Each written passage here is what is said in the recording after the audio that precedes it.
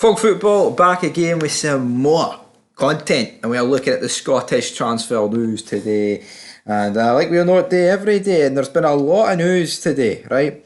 And I guess we may as well start with the most pressing bit of news. Where Jose Civentos, it was tweeted by Fabrizio Romano that this guy was very likely going to join Rangers. That agreements between both parties, his agent, Rangers, even LAFC, and all those good stuff, it all been announced. And then he comes out and says that Rangers are in fact a small club. Now I'm not going to talk too much about this because I feel like we're going to make a wee video about it later, both of us, but absolutely insane. So yeah, Rangers linked with him, but I think those links are pretty much dead. But sticking with Rangers, Manchester United want to hijack Rangers' move for goalkeeper Jack Butland, and they're offering him double the salary on offer at Ibrox. Now, of course, this really just stems the Butland. Does he want to play every game at Rangers while making half the money, or does he want to stay at Manchester United and make all the money? Well, double the money. I mean,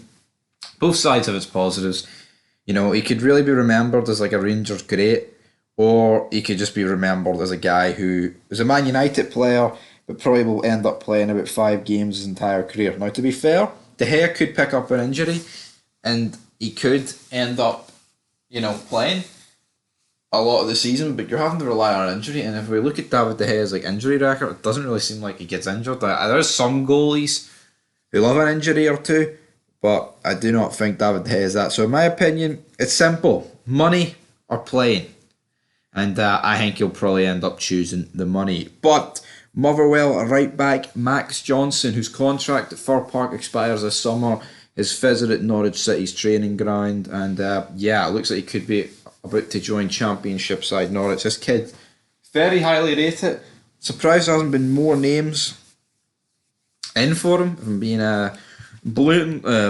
being blunt about it, I'm surprised not many other people have come in, including maybe Celtic.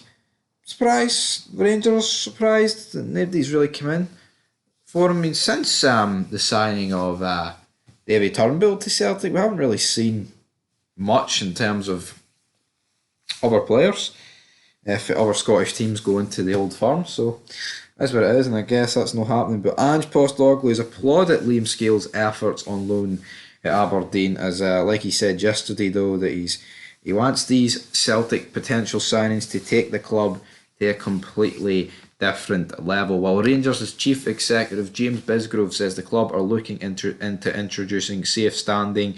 Rangers yesterday announcing more disabled access and also a rise in stadium capacity to 51,500, which is what, about 1,500 more seats, just around that number, which is very interesting. Well, John McGinn says Scotland are trying to learn from past mistakes as they head into next month's Euro 2024 qualifiers against Norway. While Lizana Koulibaly, now if you remember his name, you must know your stuff, or you must just be a Rangers fan, because of course he was on loan at Rangers, I believe.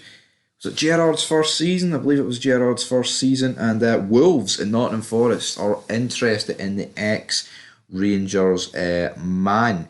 While Stephen Robinson is open talks with 4 signing targets for St Mirren as he plans ahead with the futures of Curtis Main and Captain Joe Shaughnessy and Charles Dunn up in the air. But as for anything else, we go further aside. Apparently, Kieran Tierney could be used in a swap deal with João Cancelo between Arsenal and City. And that's a tough one for Arsenal because they've obviously, Ben White's good, but he's a centre-back playing right-back, and to get Cancelo, who's going to go straight into the team, it's probably more worth it for Arsenal because for whatever reason Arteta doesn't like Tierney compared to Zinchenko. I get it, Zinchenko can give you the inverted left-back role, but let's not kid ourselves, Mikel.